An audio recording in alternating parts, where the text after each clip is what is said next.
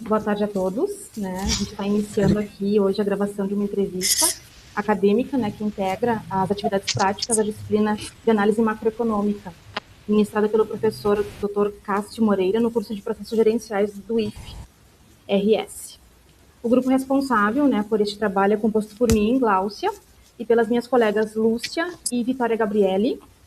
Nosso objetivo, né, hoje é entrevistar um especialista para discutir a conjuntura atual do Brasil sob diversos prismas. E a gente tem a honra, né, de receber hoje o professor Henrique Morrone, que é doutor em economia pela University of Utah, mestre pela PUC-RS e atual professor adjunto no Departamento de Economia e Relações Internacionais da URGS. O professor Henrique possui vasta experiência em macroeconomia, estruturalista, economia do desenvolvimento e crescimento econômico. Nossa conversa abordará 10 temas fundamentais: economia mundial, conjuntura política, distribuição de renda, mercado de trabalho, PIB, inflação, investimento e consumo e as políticas fiscal, monetária e setor externo. Informamos que este vídeo, né, será disponibilizado publicamente no YouTube, integrando a playlist Entrevistas com os Economistas 2026. Professor Henrique, em nome do grupo e do professor Cássio, agradecemos imensamente, né, por sua disponibilidade.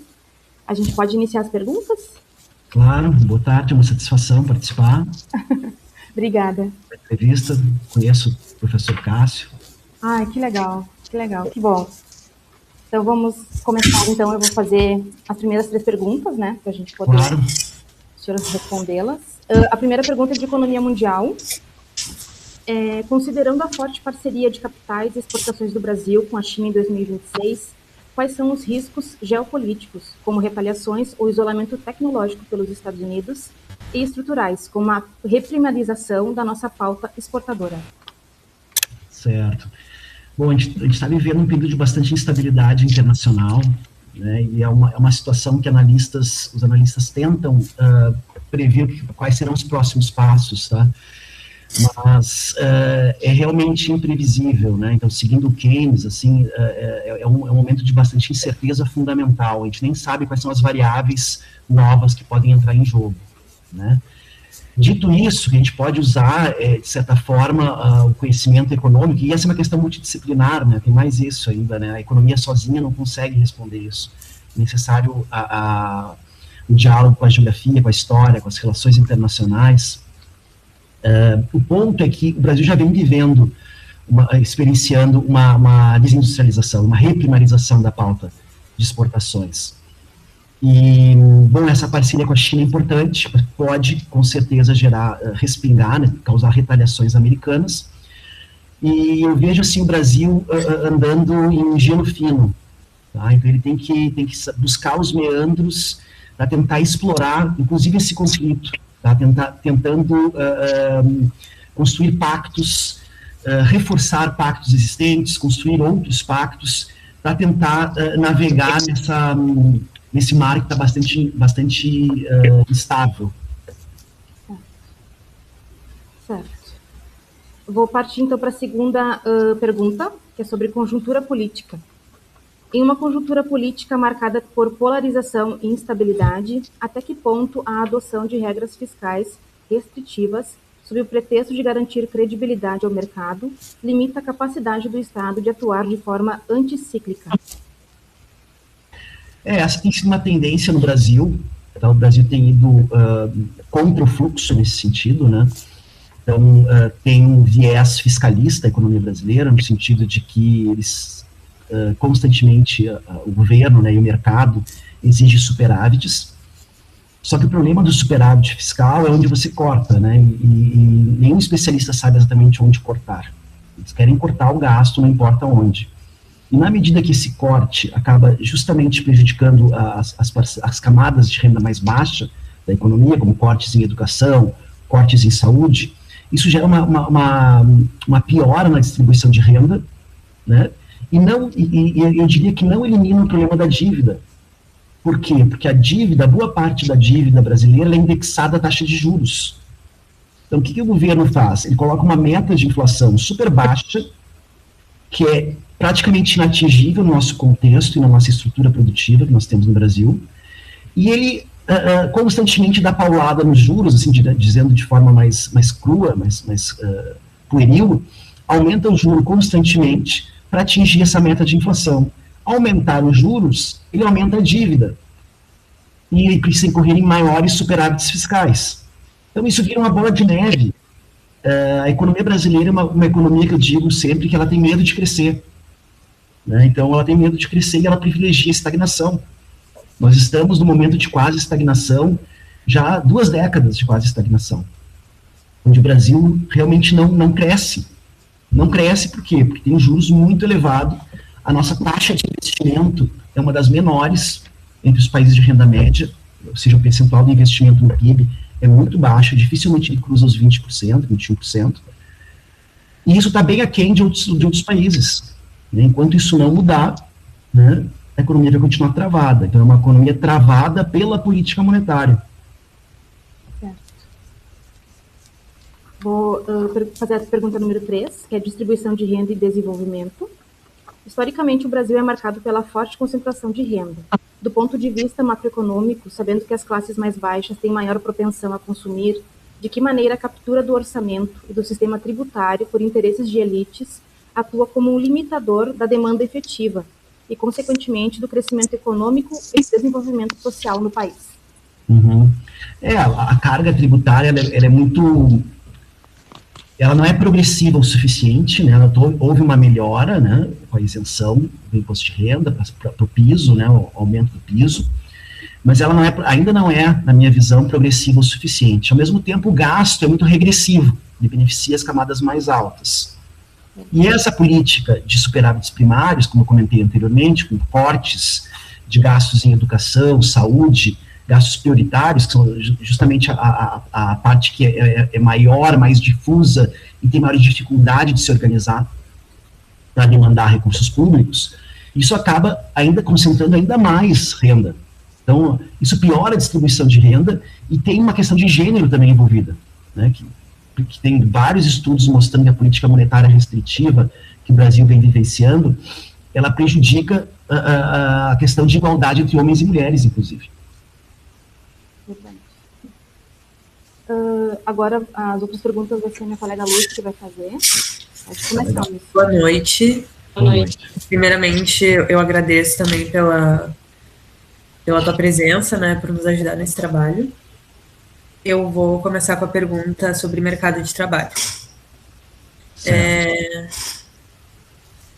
Embora os índices de desemprego tenham apresentado queda, observa-se uma forte expansão da uberização e de subempregos.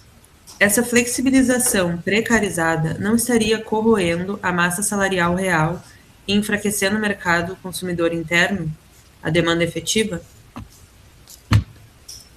Sim, há uma precarização, né? Então, embora a taxa de desemprego seja baixa, né, como tu bem colocou, os empregos gerados são de pior qualidade, uma qualidade inferior, ou seja, os salários são menores, por isso que se defende tanto a indústria, né? Por que se defende a indústria? Porque a indústria, em média, ela paga um salário maior que dos serviços, maior que da agricultura, né? Além disso, a indústria produz bens com elasticidade, com demanda elástica, então aumenta a renda no exterior, vai aumentar a demanda mais por bens industriais do que por bens agrícolas. Então, nesses dois sentidos, essas duas linhas, é importante promover o emprego industrial, né?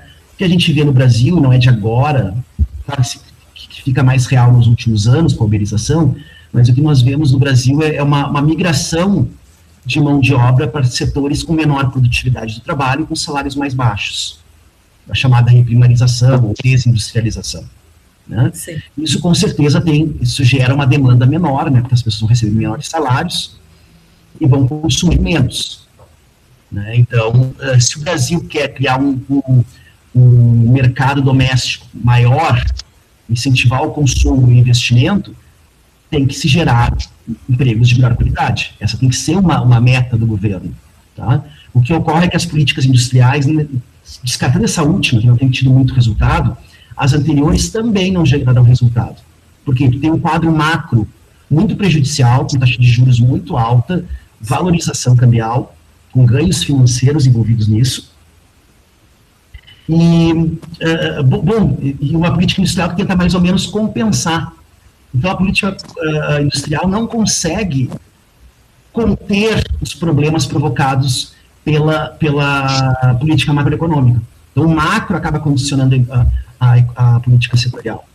Então, basicamente, o que a política industrial tem feito no Brasil, na minha opinião, é tentar conter a queda. Então, os últimos números mostraram que a indústria continua no seu patamar, caiu um pouquinho, participação no PIB, mas não caiu tanto. Bom, não caiu tanto por causa da política industrial. Mas a meta da política industrial, se a gente ler lá nos relatórios do governo, é construir uma economia com uma exportação de maiores níveis industriais, com um emprego de maior qualidade, com consumo. E isso não ocorre. Sim. Obrigada. Nada. Agora eu vou para a pergunta 5, que é sobre crescimento econômico e PIB. Apesar das tentativas do governo de aumentar investimentos, o Brasil ainda lida com um baixo crescimento estrutural em setores estratégicos. Considerando que o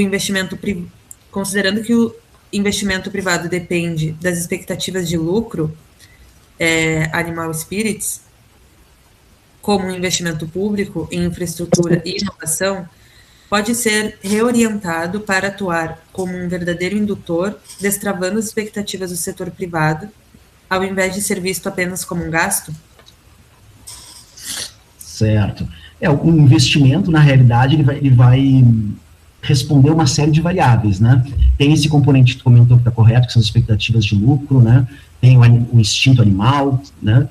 Tem também a própria a taxa de juros, que é importante explicar, né? Uma taxa de juros baixa, ela permite um investimento maior, ela barateia o custo do empréstimo, né? E tem também um efeito, que às vezes é esquecido, que é o efeito acelerador. O que é o efeito acelerador em economia? Se a economia está crescendo, se está vendo consumo, e a economia está crescendo, o investimento vem em reboque. Tá? O Rajun Chang, que é um economista coreano bastante importante, escreveu Chutando a Escada, Bons Samaritanos e outros livros, ele vai usar a anedota de uma festa, né? Então, digamos que tem uma festa e tem uma taxa de entrada nessa festa, que é a taxa de juros, né? E existe um outro quesito, que é se a festa é boa, se vai pessoas interessantes, enfim. Então, a taxa de juros seria o preço de entrada, né, nessa festa. E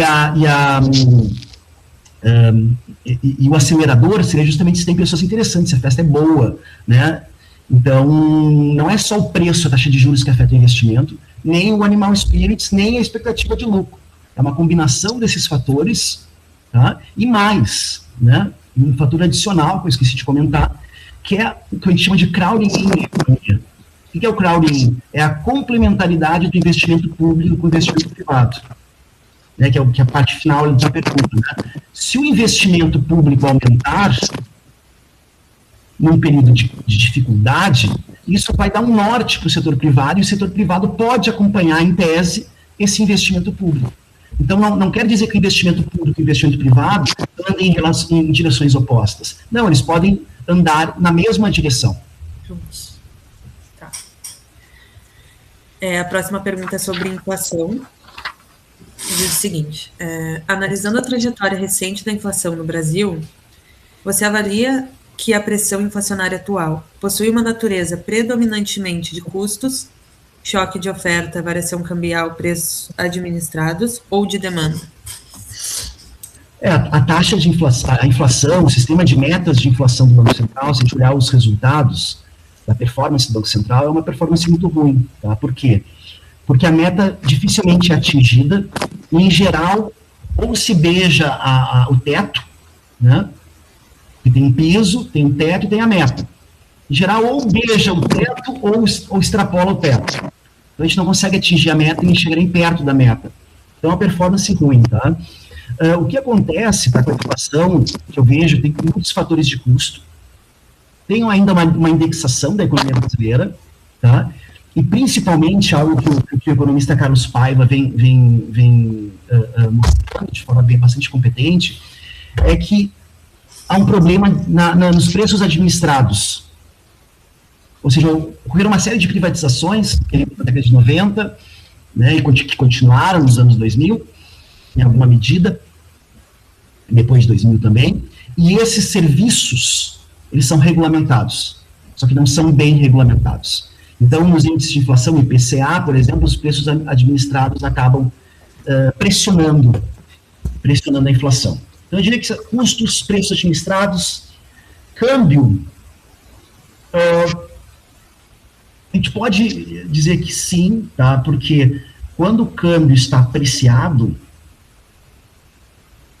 não, ao contrário, câmbio eu diria que tem que ter um pouco de cuidado, tá? Porque o câmbio apreciado, ele contém a inflação. Tá. Obrigada. Gabi? Tá conseguindo me ouvir? Sim, sim. Sim. Agradecer a sua presença, tá? Sua disponibilidade, como os colegas disseram. A minha pergunta é a pergunta número 7, tá? É sobre investimento/consumo. A pergunta é: levando em consideração a atual trajetória da formação bruta de capital fixo, FBCF, e do consumo das famílias, de que forma o alto custo de capital, juros reais elevados e a incerteza limitam a expansão da capacidade produtiva? Exato, o que eu comentei anteriormente, né? É necessário que o Brasil aumente a sua taxa de investimento, ou seja, o investimento sobre o PIB tem que aumentar. Tá? Essa tem que ser uma prioridade para o país, a acumulação de capital. As economias que cresceram e se desenvolveram são economias que têm uma taxa de investimento alta, ou tiveram na sua trajetória do passado. Então é necessário que o governo invista, tenha poder de investimento, e que o setor privado também invista. Né? Sem isso, o Brasil não vai crescer, tá? Não se vai gerar empregos de qualidade, a gente vai ficar nesse processo de quase estagnação que dura aí 2, 3 décadas. A próxima pergunta é sobre política fiscal. A migração de indústrias brasileiras para países vizinhos como o Paraguai é frequentemente atribuída à busca por menor tributação e ao chamado custo Brasil.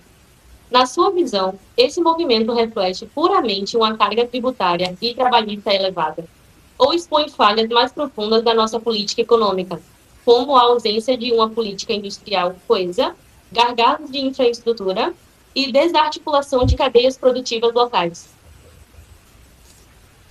Eu diria que o cenário macro, na minha opinião, domina isso, tá? Dificuldades geradas pela política monetária, por um governo que tenta sempre buscar o superávit fiscal, tá? Tem gerado esse tipo de movimento. Tá? Problemas de custo de transporte, sim, a gente tem problemas de infraestrutura no Brasil, mas justamente porque o investimento é baixo, né? E, bom, a migração dessas empresas, bom, se a economia crescer, talvez elas não migrassem, né? Tem um que a gente chama de paradoxo dos custos, né? Se a economia está crescendo, isso ameniza o problema dos custos. Tá? Então, a economia crescendo, as empresas não precisam migrar.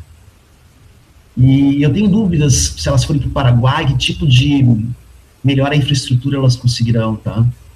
Essa questão de logística, porque está mais afastado do mercado doméstico, né? Então, é uma questão é um dilema que a empresa vive.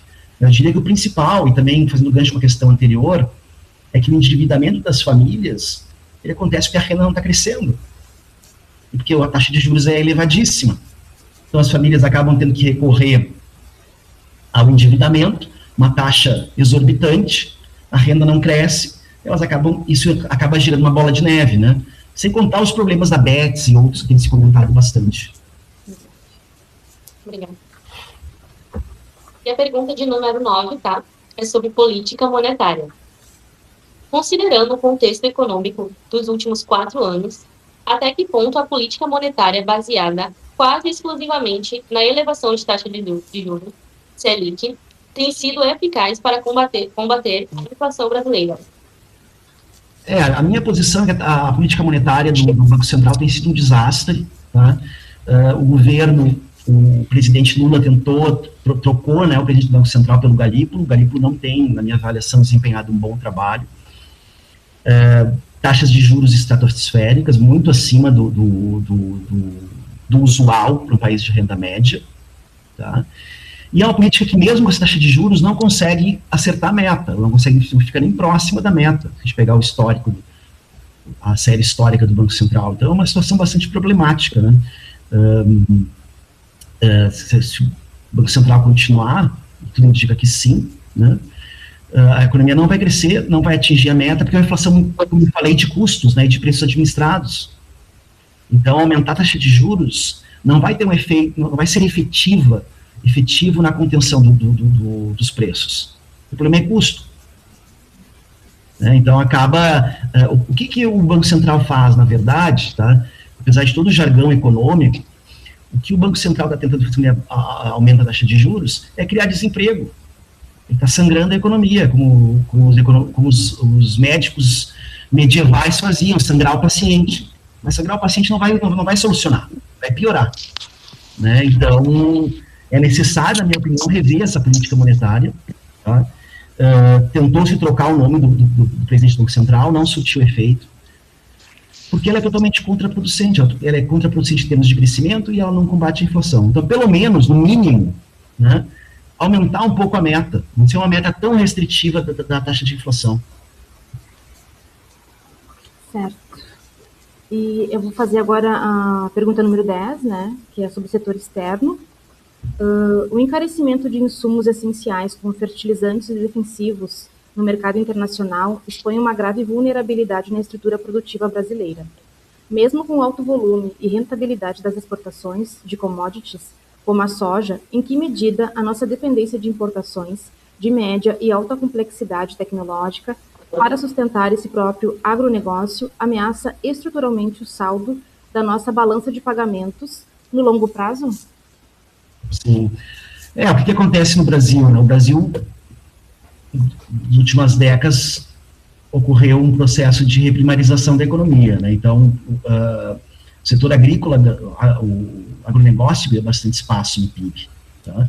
Só que o agronegócio, ele depende desses produtos importados, como tu bem comentou. Né? Então, com a depreciação do câmbio, afeta esses custos. Os conflitos internacionais contribuem para isso também. Então, aumenta o custo de produção. Né? Então, isso reduz a margem de lucro de quem está exportando. Né? Então, isso é uma estratégia, não digo que foi uma estratégia consciente, mas foi algo que ocorreu na economia brasileira e que agora está vivendo esse dilema. Né? A própria indústria vai sofrer com a questão do preço do petróleo. Né? Então, não sabemos qual a direção isso vai acontecer. Tem muita instabilidade, temos políticos que não... voluntariosos, né? Então, muito conflito. Isso com certeza vai ter impacto na agricultura, na indústria, né? A grande questão é que o Brasil não conseguiu desenvolver, no período, nas décadas de 50, 60, 70, um setor de bens de capital bem desenvolvido, né? Então, a Argentina e o Brasil conseguiram, avançaram mais no processo de substituição de importações, mas não conseguiram finalizá-lo. Então, o que acontece? Quando o câmbio deprecia, o exportador de soja vai ter que comprar máquina, vai ter que comprar insumo, porque não tem um substituto local. Né? Então, tem que se criar esse substituto local. E daí, tendo esse substituto local, pequenas variações do câmbio, de depreciação, estimulam a demanda doméstica. Caso contrário, o que acontece? O produtor é obrigado a importar um custo maior e repassar para o consumidor doméstico. Repassar o aumento de preços para o consumidor doméstico. E o que poderia ser feito para melhorar essa situação? Política setorial.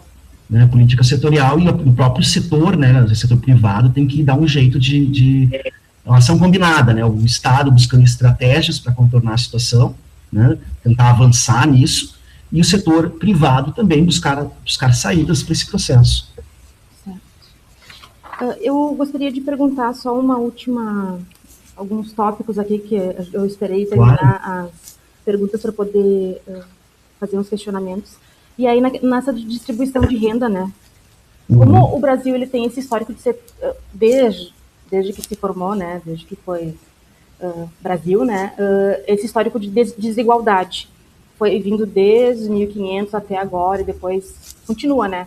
De alguma forma, pessoas ganham muito e outras pessoas ganham, a maioria ganha pouco, né? E essa é a maioria que paga mais impostos, né, que faz, querendo ou não, a economia girar de uma forma, né, de consumo, porque, querendo ou não, a pessoa que ganha um pouco menos não tem como guardar, né, um dinheiro para poder investir, economizar, tem que gastar todo aquele dinheiro, né.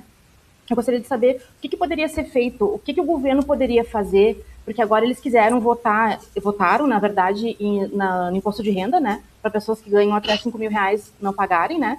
Sim. Só que o que acontece, pessoas que ganham, que são milionários, bilionários, pagam muito pouco, né, então eu gostaria de saber o que poderia ser feito. Claro, teria que ser, na verdade, feito uma reforma tributária, né, na verdade, para poder, eu acho, né, cobrar mais de quem ganha mais, né, e tentar não cobrar tanto das pessoas que ganham um pouco menos. Eu não sei qual é a sua opinião sobre isso, o que poderia ser feito para tentar melhorar isso, enfim. Eu diria assim que essas questões são políticas, né, muito mais do que econômicas, né, como tu bem comentou, a economia brasileira é uma economia escravista no passado, né, então nós herdamos essa desigualdade, nós temos do ponto de vista sociológico e antropológico, uma aversão ao trabalho manual, né, a gente vê pessoas que trabalham chamado blue collar, né, o colarinho azul, com desprezo, em certa medida, talvez seja exagerando um pouco, mas o trabalho manual não é bem visto, o trabalho intelectual é melhor visto na sociedade brasileira, e há uma raiz concentradora de renda histórica muito forte no Brasil, né? Então, mexer nisso, nós podemos construir um modelo, e nem precisa ser um modelo econômico sofisticado, né, uma coisa simples, poderia melhorar a situação, né? E geraria uma redistribuição melhor, né, teria uma qualidade de vida para o trabalho melhor, tivesse toda essa discussão da escala 6.1, né? Exatamente.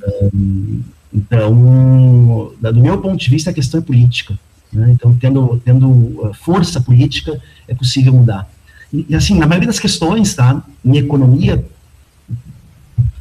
dependendo da vertente utilizada, sempre o homem político vem antes do homem econômico. Tem uma visão de mundo, uma visão política, e daí tu constrói as teorias econômicas para embasar isso. Tá? Então, eu acredito nisso. Tá? Leis, né? Tem que mudar as leis, tem que ter maioria política para mudar, benefícios de alguns segmentos do setor público com relação ao setor privado, igualdade de gênero, tem uma ampla gama de medidas para ser adotadas, né? Então, é necessário força política para isso. Os governos, em geral, brasileiros, mesmo os grupos de esquerda, os mais de centro, não tiveram fôlego para isso. Tá? Então, certamente um governo de esquerda radical faria isso, mas esse governo não ganha eleição. Né? Então, a gente vive esse impasse. Então, há muita desigualdade e diversas medidas, né? Não é só de renda, é de acesso à área de lazer, acesso a parques, limpeza urbana, enfim, uma infinidade de desigualdades em várias dimensões, né? Várias dimensões. Certo, obrigada. Não sei se as gurias gostariam de... Isso exige o quê? Desculpa te interromper. Isso exige o quê? Existe um plano. O país tem que ter um plano, onde é que ele quer chegar daqui a 5, 10 anos. Uhum. Coisa bem de coordenação, tá? Bem que a China faz. Tá? Onde a gente quer chegar daqui a 10 anos? Onde a gente quer chegar a 50 anos? Isso não se tem, nem a esquerda nem a direita tem isso, na minha opinião. Tá? Então a gente tem que olhar para frente e além do curto prazo. Senão a gente sempre vai discutir taxa de juros. A gente tem que olhar para frente. Os 4 anos, só pensam nos 4 anos e... Eu ia comentar isso agora. E não fazem nada nos 4 anos, né? Aí vai mudando, né, de um governo para outro e não continua, né? Não tem, como o senhor falou, né, não tem esse plano que vai ser levado, né, praticado daqui a 20, 30 anos, né, para poder melhorar, né? Então, é bem difícil, né? Se as gurias querem perguntar alguma coisa... Não. Então, professor Henrique, eu agradeço muito, né, pela sua disponibilidade, pela entrevista que o senhor fez aqui com a gente. Muito obrigada, né, por participar e nos ajudar nesse trabalho, né, com o professor Cássio. Eu não sei se o senhor quer deixar alguma palavra, quer falar alguma última coisa, a gente pode... Só agradecer o convite, né, e dizer que eu espero ter auxiliado, Tá? Vocês? Ajudou muito, foi bem explicativo, bem esclarecedor. Verdade. Ah, que bom, que bom. Ajudou bastante mesmo. Muito mesmo, muito obrigada. Que bom, fico feliz. Então, eu vou encerrando aqui a nossa entrevista. Obrigada, um bom